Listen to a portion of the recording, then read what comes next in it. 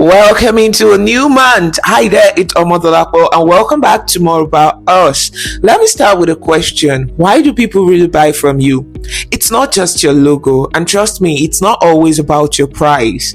The truth is, customers make decisions based on deeper triggers, and today we're breaking down branding and marketing into simple steps that help you connect with your audience better and turn those connections into real sales. My understanding of this situation and this particular topic is based on real life experiences and situations that have been studied by experts for years. And also, of course, my work with brands who have had issues with low subscribers or low engagement from their audience, even though they seem interested in their products or services. Marketing is the oldest means of selling products and services, and it has adapted visual and audio procedures to ensure a clean and effective output over the years. Whether it's physical or digital marketing, two things has to stand out for the audience you serve to be attracted. One of this is your visuals, and the second is the positioning, and I'll simply put this as how you market it. This means your brand voice.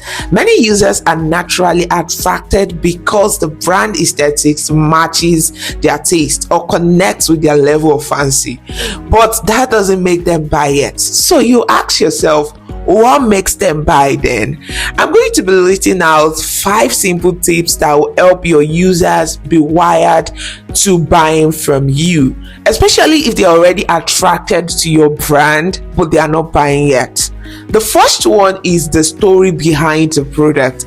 People often call this storytelling, but I like to call it the why.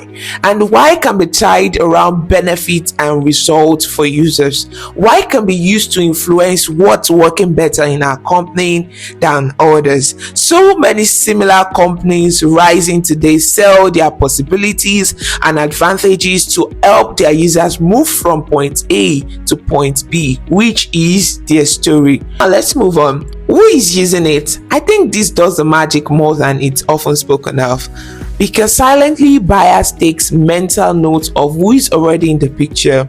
This is determined in 2 ways: how many and what kind of people.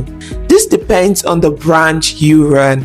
Some brands needs the crowd of, let's say, 100 to 1000 to influence their next 10,000, and that means they are working on numbers. Some users, or let's say customers, study how many can afford what they want to buy and the type of people already in it. That's why 6 figures companies, when they want to launch a product, they use influencers that they know you love, they use celebrities that they know will connect with your pocket, and they make those decisions to help you to buy.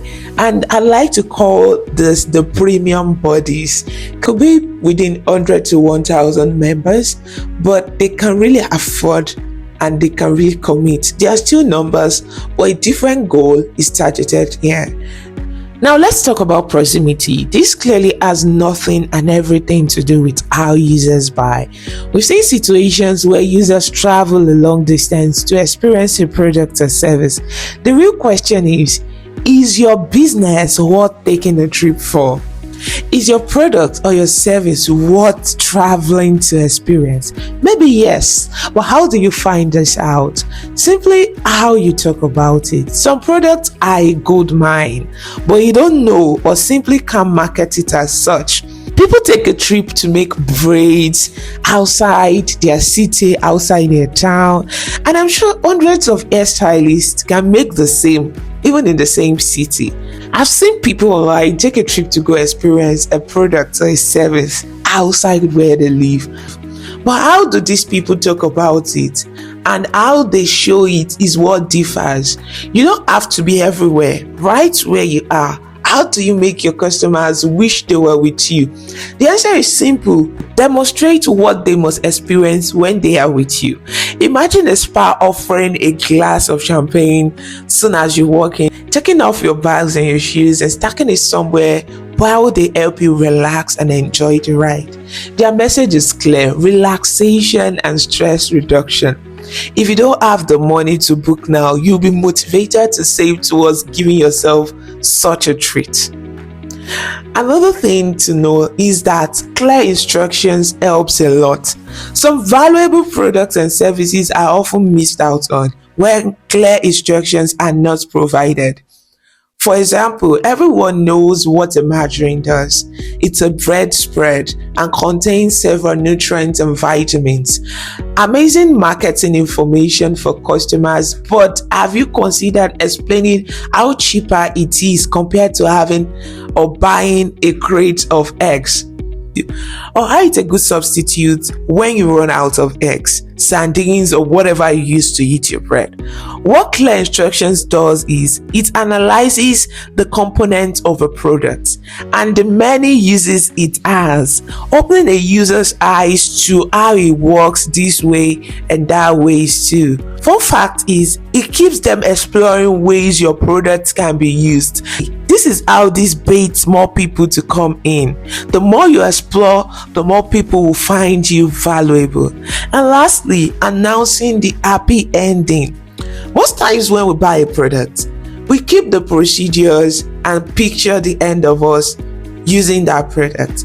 For example, you buy a skincare product, it most likely will take weeks or a couple of months to realize a clear skin. But you've been assured a clear skin is on its way.